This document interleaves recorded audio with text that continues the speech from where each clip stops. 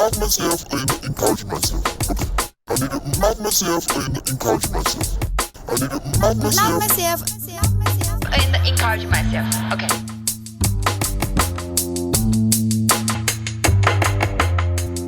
Welcome back to the Queer Circle podcast, where queer healers come to the mic to share their journeys and what they tell their younger selves. Today's guest is Talaya McCain, a queer Afrolatinx musician in Portobelo, Panama. Talaya has a degree in pre-law as an international human rights law student, as well as experience as an international musician. Today we catch up with Talaya on the beautiful coast of Panama, a tall mountain and ocean behind her, bird song and palm trees swaying in the breeze. Welcome to the Queer Circle, Talaya.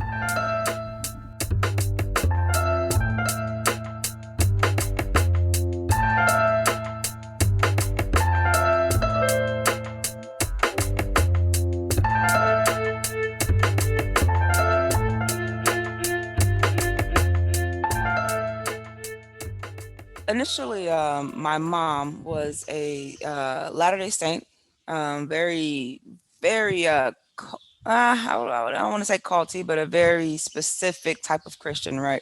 And my father was a pastor. Um, and we grew up in kind of a polygamous environment. My father had another wife, and her kids were around, and then my mom was there as well. And I was a child, so I can't really speak on it, but I would like to think that it was consentful because I did have a very beautiful and loving relationship with the other mother, which her name was Mother Lily, up until my teenage years, up until she passed away. So this right away opened me up into like an otherness, an otherness that was very natural. That's very pivotal for me personally because when you have a like framework of difference in your life, but it's like natural, like this is just what I know. It kind of spirals you into other things. Well, at least for me and all of my siblings. And so being like the second youngest of like a ton of siblings, but I'm gonna say nine. I'm just gonna say nine. Um, set me into or brought me into the world of like just being like, who am I? How do I fit with all these adults and grown-ups and siblings and people of the church around? Like, who am I? Why am I here? And how do I find my own individuality? Later on, when my dad passed away, I was about 5, and my mom found her own spirituality, which was Auxerre Set Society, which is the spirituality that I'm most close to. I don't take on any type of title, but that is a basis for me in my personal life. And that brought into my life meditation and identifying with my ancestors and African deities and identifying with my inner God. It's really mostly about you being that oneness, that brilliance, being that and going deeper and deeper and deeper into yourself to find that. Um, so yeah, that's kind of my coming into this world story.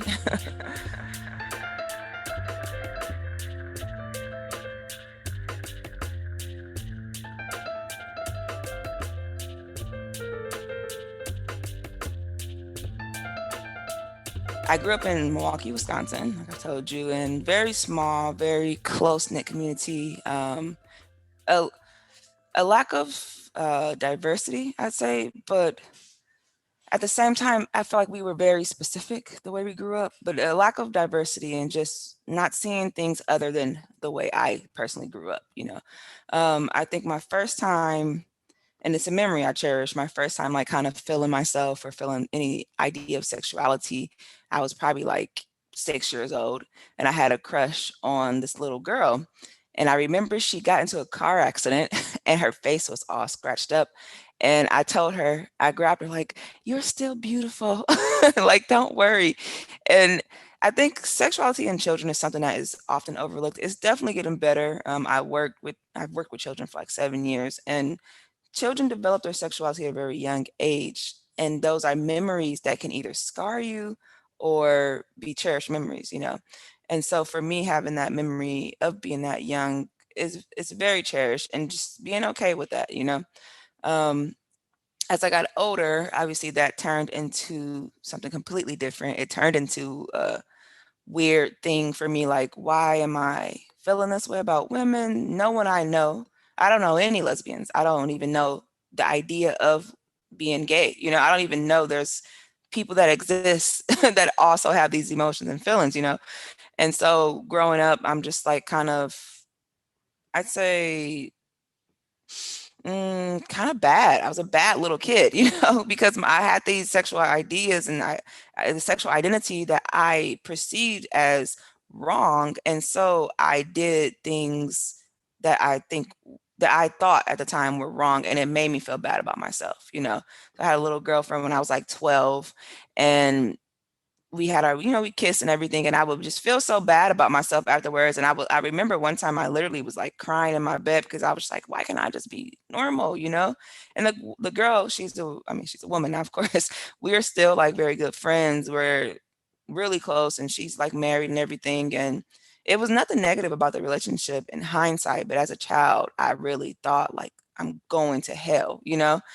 And so as I got a little bit older, I had my like first boyfriend who we would talk about like basically talk about being bisexual all the time, both of us, but we didn't know what we were talking about. And and that was like a year and a half I was with him, and never wanted to be with him like sexually, but I I wanted to be there for him. Basically, he was a good guy, and I think he still is a good guy. And I knew him since I was like 3. I had known him since I was 3. So. Um, and I think as I got a little bit older, maybe 15, 16, I then just I say accepted it, but then I realized like, okay, I'm a lesbian, and I had this best friend in high school who was she was herself already. And I went to an arts high school, but for me it was just a lower, slower process. But she was out there, and she had like the crazy hair and the piercings, and she was just like here and queer, and she actually passed away. But she was, like I said, she was my beacon. Like she was kind of like my first interaction with someone who was just being themselves despite whatever the hell anybody else had to say. And so that helped me come out of my shell. But even still, I went so polarized, male perspective, male gaze, even towards the way that I treated women. I just, in my mind, it was just like, what I know is if you're attracted to women, then you're a man. And so I'm attracted to women, and so I'm a man. And so I was this idea of a man that I had perceived as all my life, which was not a positive idea.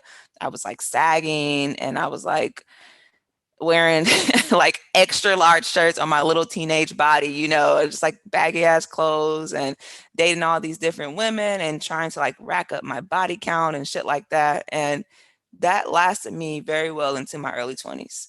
And then I finally met a woman that just like kind of changed me, and like kind of just fell in love, I suppose. I fell in love for the first time. And so my gears completely shift.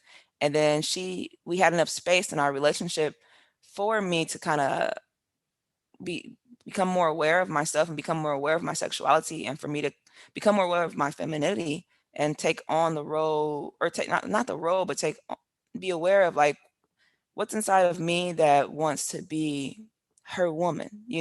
I want to be her woman now. Like before I was the man, I was a Mac, but now I'm growing into this woman that I want to be for my wife. And she was my fiance at the time. We ended up splitting up, and then I kind of regressed a bit. I kind of went right back to what I was doing before her. And I'd say around maybe 25 or so, I got introduced to the LA queer scene. I got introduced to Mustache Mondays. And if any queer person was in LA around this time, Mustache Mondays with Nacho, rest in peace, sweet, sweet, sweet soul. And everybody else that was around was like, for me, it was like fucking Disneyland. It was like, whoa, people are really just out here doing whatever the fuck they want, and nobody cares. And that's a beautiful thing, is nobody cares. Nobody's judging you, and if they are, it's like whatever. And so being in that downtown LA scene and just catching that vibe, it just opened me up, just completely opened me up. And it made me realize too that it's me. it's my insecurities, it's my timorous persona towards everybody so easily impressionable. It's me that's holding myself back. And there's going to be people who don't like, well, you could be Barack Obama. There's going to be people who don't like what you do. You could do everything by the book. No matter what you do, there's going to be people who don't like you, period, point blank. So you might as well do you, you know? And yeah, and that's when I just started identifying as queer and playing with my gender. I tried to grow out a mustache, but then also like wear a skirt and just playing with myself and realizing like this life is for that. This life is for you to experience all these different avenues of yourself and enjoy it. And like I am today, however, I feel like I might wear a skirt or I might wear whatever else, how I am today is going to change. It's going to shift and it's going to metamorphosize into something even different later on. And I'm just here for the road. I'm just non-resistant for the path or towards the path.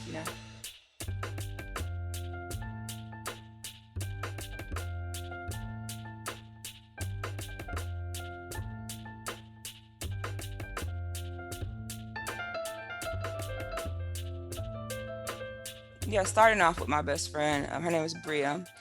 We met at Milwaukee High School of the Arts in Wisconsin. And she was, I think anyone that knew her loved her. She was just there. She was very she was very wild, but she was also just there for you, like whatever you needed. If she lived like a couple of blocks from the school, so if you didn't have lunch, like come over my house, let's eat or let's chill, let's smoke. She was just like that person that like everybody knew and everybody kind of kicked it with on their own individual time. You know what I mean? She I think one time my grandmother met her and she said, my grandma had known, she known I was gay by this time. And she was like, stay away from those wild girls. That's what my grandma said about Bria. And it was so funny because it was just like, that was the image you got from her. Like she was a wild girl, but she was also brilliant. She was, getting A's in all her class. And we were in honors classes and everything, AP classes. And she was, she was a force to be reckoned with, and she actually ended up passing away in our junior year by something malicious. To this day I don't really know what actually happened, but it was something malicious that happened actually in Las Vegas, I believe.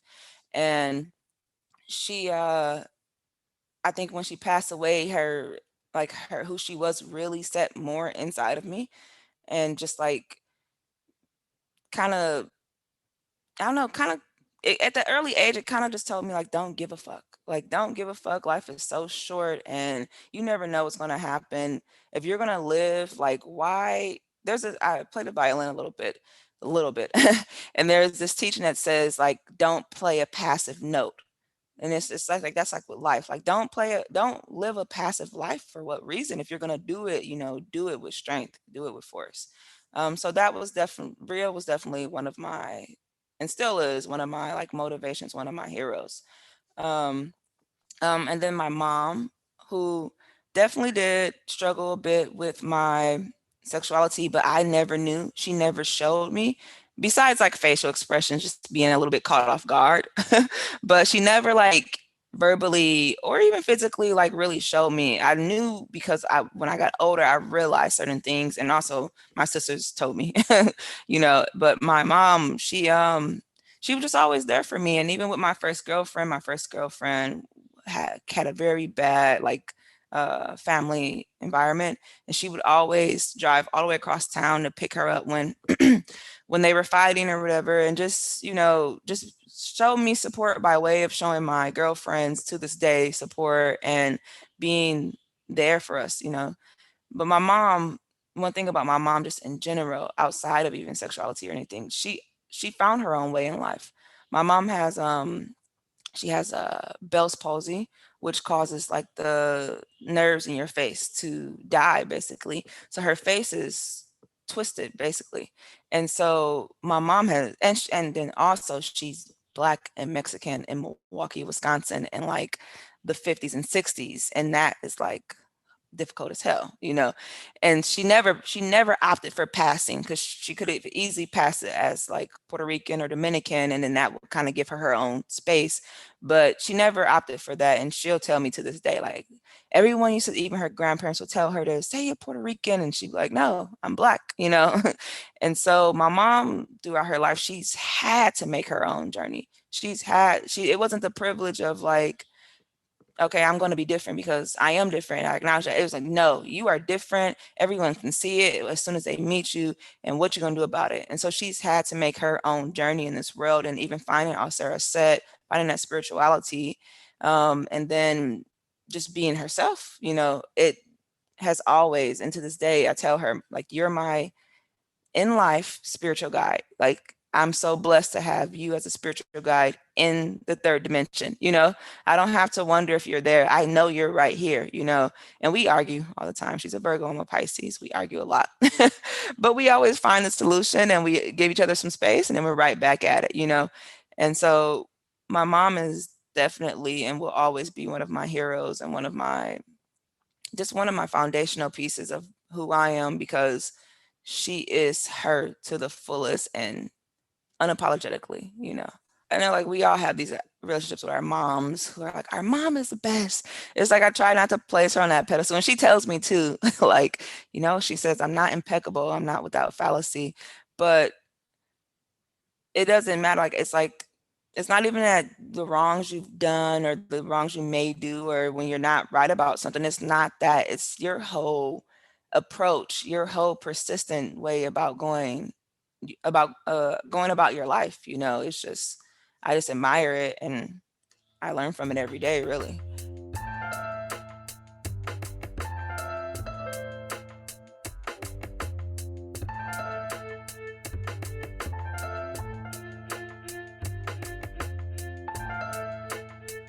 I think the hardest and darkest time, and was also the first like catalyst in my life, was when my little brother committed suicide. I was 19 and he was 17, and I had already went off to college in Atlanta, Georgia, and I just felt so much guilt. To this day, to be frankly honest, I still battle with it sometimes. Every once in a while, and I'll put myself out of it, and I'll work my way through it. But I felt so much guilt for leaving, so much guilt. Like, why didn't he feel that he could call me? So much guilt for putting tangible and intangible distance between us, to where I wasn't there, and I didn't acknowledge the signs, because I definitely saw the signs, which is another level of guilt, but I didn't acknowledge it, just from being a child, not being aware. And that part of my life, that time of my life, to be honest, I barely can remember. That's how traumatizing it was. I can barely remember that time. I think I was so inequipped to handle it, that I guess kind of coasted through those times. And I can go back and I can see pictures, and I can see like things that happen, via Facebook or whatever. And I'm like, oh, I remember that. And then some stuff I'll see and I'm like, what picture is that? Who are these people? And it was like friends of his, or it was like, and I'm like, who are these, random people? I don't even remember what day this was or when this happened. And I think right after that, I met my soon to be, or my to be fiance at the time, was my young girlfriend. And what happened was, all these emotions and feelings just went under the rug, because then I was in this beautiful new relationship, and I was falling in love and getting engaged and whatever. We had just started like traveling and doing all this stuff. And then, so when that ended at like 24 23, that's when everything came. That's when it all came, and I went into the deepest, darkest depression of all time. And it was by way of all these different things, all these different things building up over all these years, being completely unaware of it. And then it just, just felt. And so I was doing horrible things like drinking NyQuil to go to sleep, drinking bottles and buying bottles. And I would go to work, and I dropped out of school at the time to go to work. I would come home, I would down a bottle of NyQuil, and I would knock out. And the spiritual dreams and interaction that I had during this time were like no other. I had basically opened this gateway for all these negative spirits to latch onto me. And I would see them and I would hear them and I would feel them and it would hurt, and it would be scary. And I, although I was scared in that time, I kind of it was kind of like extensions of me. It was kind of like how I felt. And so it didn't click in my mind like, well, wait, stop, cleanse your energy. Like you're allowing these different bodies to attach themselves to you. It was more so like, oh, that's just what's happening because I'm a piece of shit and my life's a piece of shit. And now I'm like having all these negative interactions with these manifestations. And that's just the rest of my life now. And it took me a while. It took me years to get out of that. Even after, like I say, like maybe 1 or 2 year where I was out again, kind of living my life and having beautiful experiences and partying and just going about my days. It would cycle back every couple of months and I would go right into it again. And I would be in bed for 3 or 4 days and it would be my friends or a woman I was dating that would come in there and be like, dude, what's up with you? And I would just be like, nah, not today, leave me alone. Like, let me be, pass me a bottle of whatever we drinking and just get the hell out. You know what I mean? And so I honestly just got tired of it. And I got tired of it and I started finding the pieces to get myself out of it, which I had already had. I had already had since childhood. And I had been collecting them while I was going through my deep depression, but I just didn't know how to use them or I didn't have the will to use them, I suppose. Yeah. Um, so yeah, I think those first two experiences with my brother and then breaking up with my ex-fiance, and then it catapulted me into like my individuality. And that's when I went to China and I started traveling the world by myself. And then recently, this last 2 years ago, which is where this new album came from, my nephew passed away. And so my nephew was murdered very, very violently by someone that we all knew. Well, I personally didn't know him, but the rest of the family knew him. He had been around, and it was just like a very tragic situation, a very like just stunning, jarring situation. And it kind of tapped me right back into all that old trauma, all that old trauma of just being completely helpless. Like, I can't help my sister who's just grieving, just visibly grieving in such a shocking way. I can't help her. I can't do anything for her. He's gone now. It's a feeling when you see the people you love as well and you can't do anything for them. Remembering seeing my mom and the look on her face and her body language and her behaviors, and then seeing the same thing with my sister. And it's like, you can't do anything. So it kind of brought me right back into that. But this time more consciously aware. It's like, okay, I'm not gonna let myself fall into this deep depression. I can't. I don't have time for that no more. That's not a privilege I have at this point. So what am I going to do? And I think at the same time, I was like arguing with my family. I came back from China. I had changed dramatically in a short period of time, and my family had changed as well. And we couldn't like get on the same wavelength. We couldn't get on the same rhythm. And so arguing with my family, experiencing my nephew's loss, and then leaving again. I just left again. I went to England and I started creating this album, and I just was like, okay, I'm going to just be completely vulnerable. And I'm just going to say what the hell is on my mind and how I feel about myself and about everything around me. And that was the most healing thing I think I've ever done, actively done in my whole entire life. More healing than meditation and therapy and Reiki, just being real, just being vulnerable and being like, yo, this is me. By the way, here I am. You like it or you don't, and it's fine. Here I am, you know.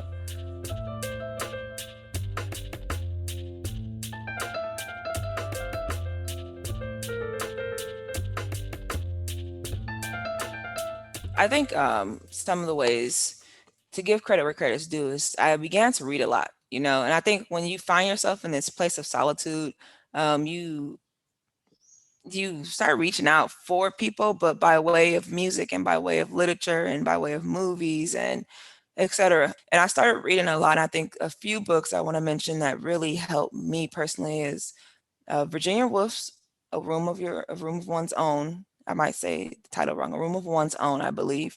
Um, Miguel Raru's For Agreements. I mean, everyone knows that book and loves that book, but that book is awesome.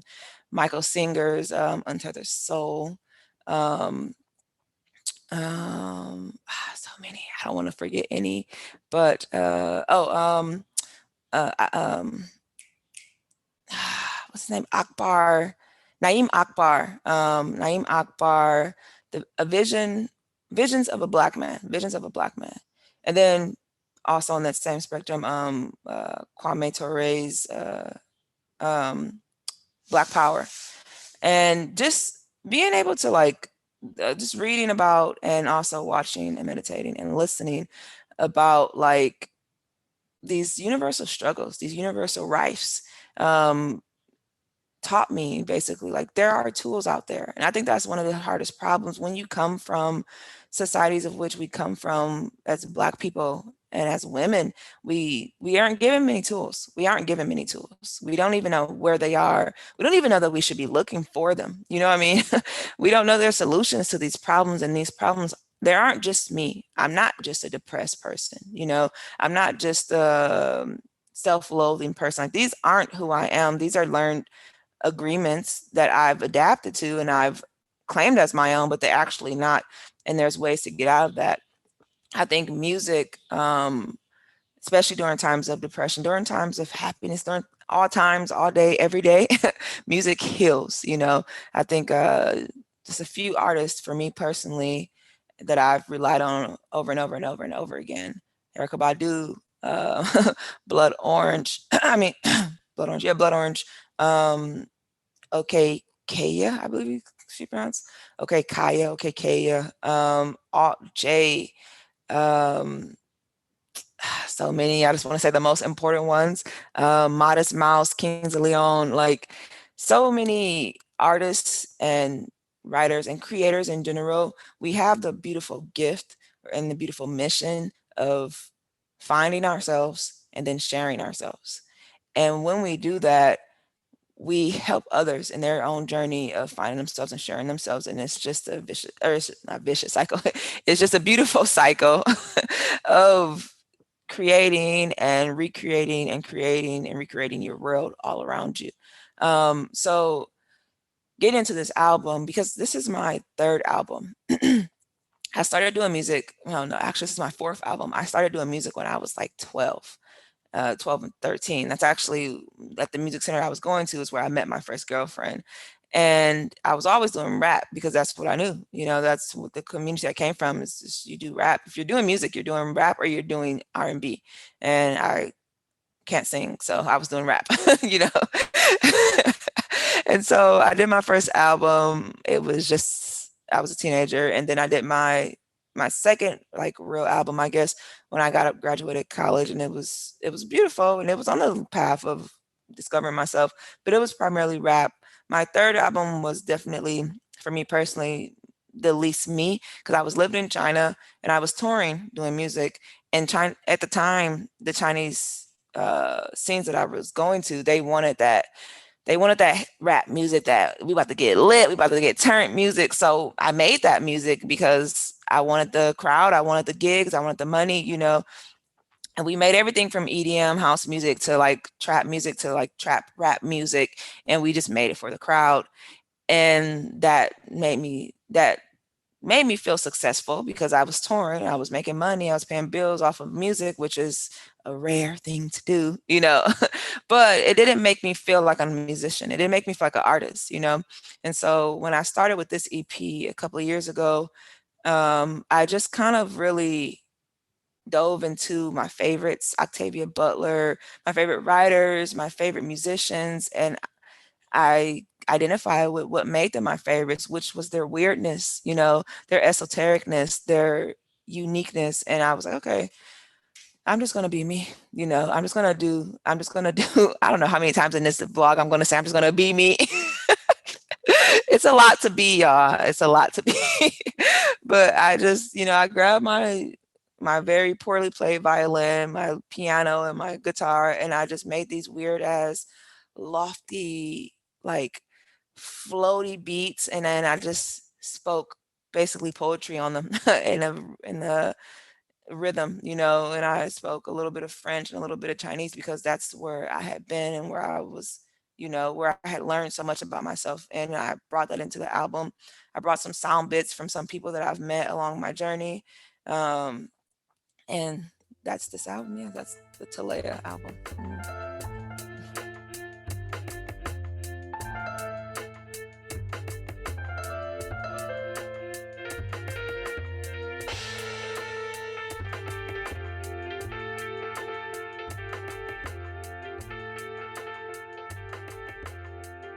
I think as I grew up and as I came more into myself, I became like obviously different, and it caused a lot of people in my life from my past to be like, you different, like what's up with you, like you're not being yourself. And it's for me, it's like, no, I'm being more of myself, but you don't like that, you want me to be the same. And that made me hate a lot of people.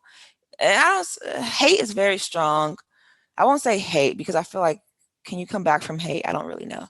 But I definitely came back from how strongly I disliked a lot of people, a lot of family, a lot of friends, and then just extensions of that, like people that kind of look like my family and friends, like, oh, I'm not even going to try to get to know you, I'm not even going to talk to you because you look like something that I've already experienced trauma around.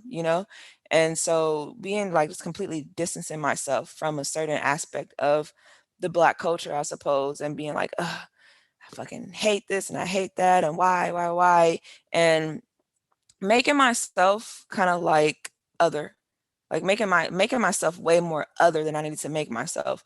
And I through going out my journey and like honestly being in China, being away from Black people kind of made me just love Black people, like damn, I love our culture, how diverse it is. It's not this or that. It's just so much. It's so many different things, so multifaceted, from our music to how we present ourselves to our food and everything. Like we're so diverse. And what I realized is I got caught up on the white perspective of, or the white supremacist perspective of what being Black was, because I came from such a segregated environment. And like, as a queer person, as I knew a man and a woman, that's it. I knew Black and white, that was it.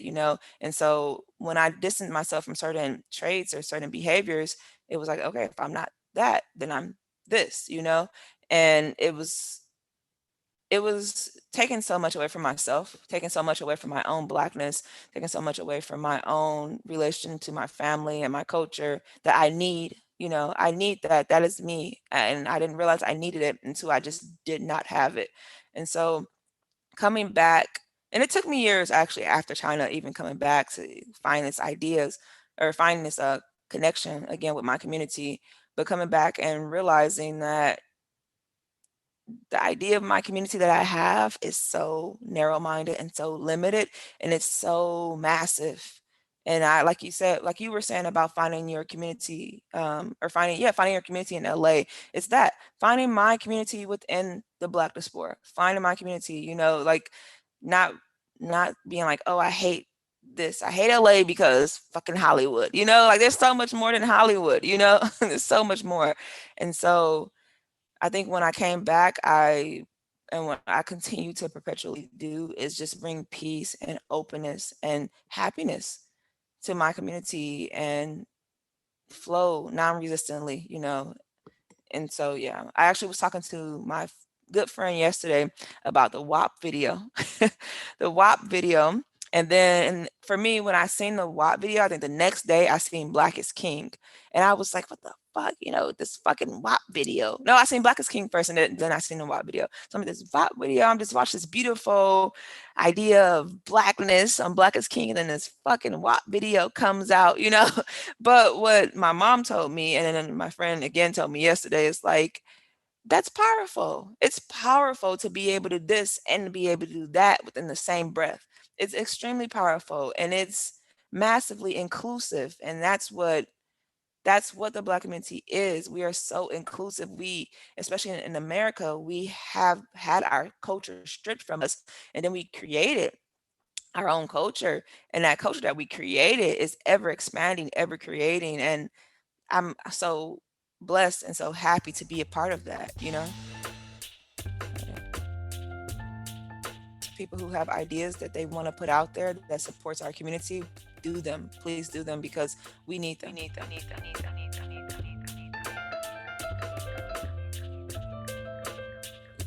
So I'm gonna be so difficult right now. Because I wouldn't even tamper with it. I wouldn't change anything because I'm so happy to be who I am right now. And every little last moment that I've experienced, every little last step that I've taken has led me to be this person. And I feel so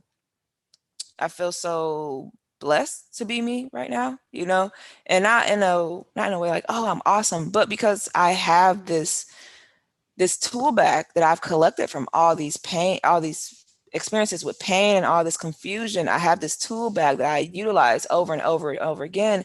And if I go back, I'm going to lose a tool because I'm going to tell myself I'm going to save myself from something. So I'm going to lose a tool, but I still need those tools. You know what I mean? But what I would say to my children, or what I would take and say to my youngest or anyone searching for advice in similar experiences, I would literally say, I'm gonna say it again. I would literally say, just be you. I'm saying it. This is the theme of the day. But I would just be like, just do you. You know, just do you to the best of it. Try your best, and when you come up a little short, have comfort in the knowledge that you actually did your best. You know, and trust it. Trust your path. The Kemetic meaning of my name, which is tatted here, is Akshamsu. I got this name when I was probably about 8 or 9, and it's a whole ritual naming ceremony with my mom's spirituality, and it means the one who follows the righteous path. And when I was younger, I thought the righteous path was some like godly path of being like this humanitarian, you know, spiritual Mother Teresa type, you know. But as I got older and as I studied more, I realized that the righteous path is just your personal path. It's your personal intuitive path that you want to follow, whatever that may be, and being sincere and faithful to yourself, you know. And so I think if that's the message that I would share with, or that I would try to share with my children, or try to share with people around me, is just follow your own path. There's so many influences we have from the moment we wake up to the moment we go to sleep. We have all these influences, all these ideas that are being fed to us. And if you're not careful, you're going to digest all of them, you know, and just like block that out, follow your own personal path, and trust it. Trust yourself, you know.